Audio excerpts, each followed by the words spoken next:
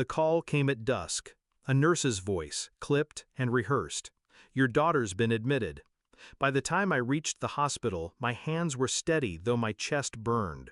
The kind of calm I'd learned to wear like armor. Two officers waited for me in the corridor. They didn't offer condolences. They asked me to follow. No explanations, no comfort. Just a long hallway that smelled of antiseptic and secrets.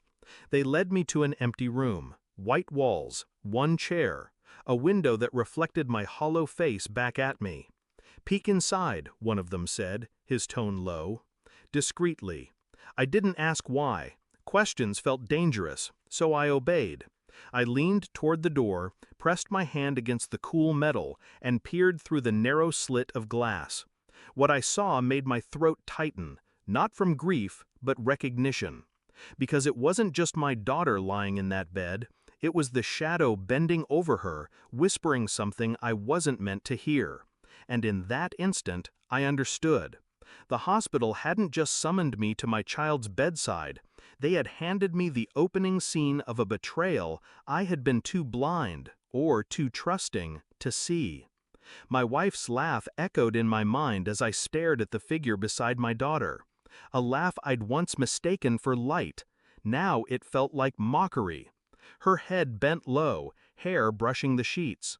Her words were too quiet for me to catch, but her posture wasn't one of fear or grief. It was ownership, possession. The police didn't explain. They didn't need to. That simple request, peek inside, discreetly, was its own confession. I replayed months, years of details I had ignored. Late-night calls, her phone screen flipping down the second I entered the room.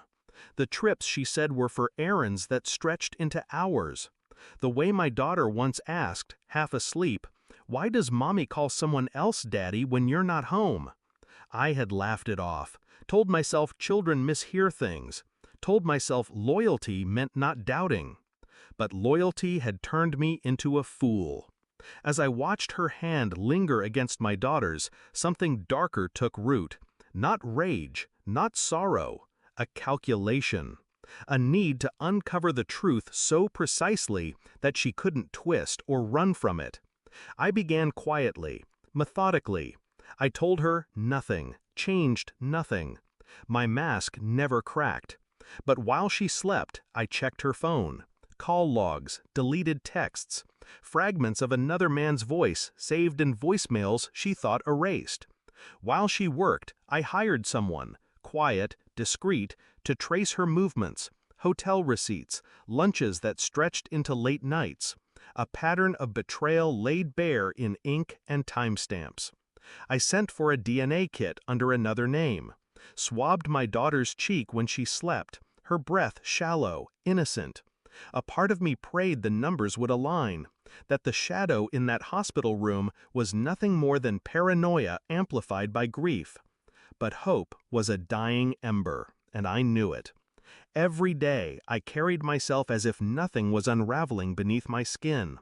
I kissed her cheek, I smiled in public, I held my daughter's hand, and inside I sharpened my silence like a blade. The envelope arrived on a gray morning, plain, unremarkable. Inside, numbers, percentages, cold, clinical truth. Probability of paternity, 0%. I read it once, then again. My hand didn't tremble, my breathing didn't falter. The storm inside me condensed into ice. That night, I waited until she poured her wine, until she leaned back on the couch, unguarded, her phone buzzing on the table beside her. I placed the report between us. No words, just paper sliding across wood. She blinked, laughed lightly, as if it were some bureaucratic mistake. Then her face cracked, panic flooding in, and she reached for excuses. "I can explain." But I didn't ask for explanations.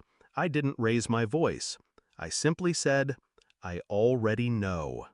And in the silence that followed, her world collapsed. I didn't rage.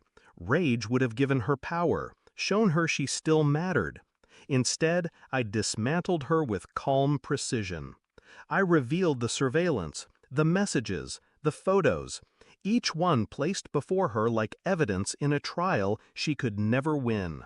Her face twisted, cycling between denial and despair. I watched it all with the detachment of a surgeon cutting away diseased flesh. I stayed quiet, I told her, because silence is stronger than screaming. Silence doesn't let you run.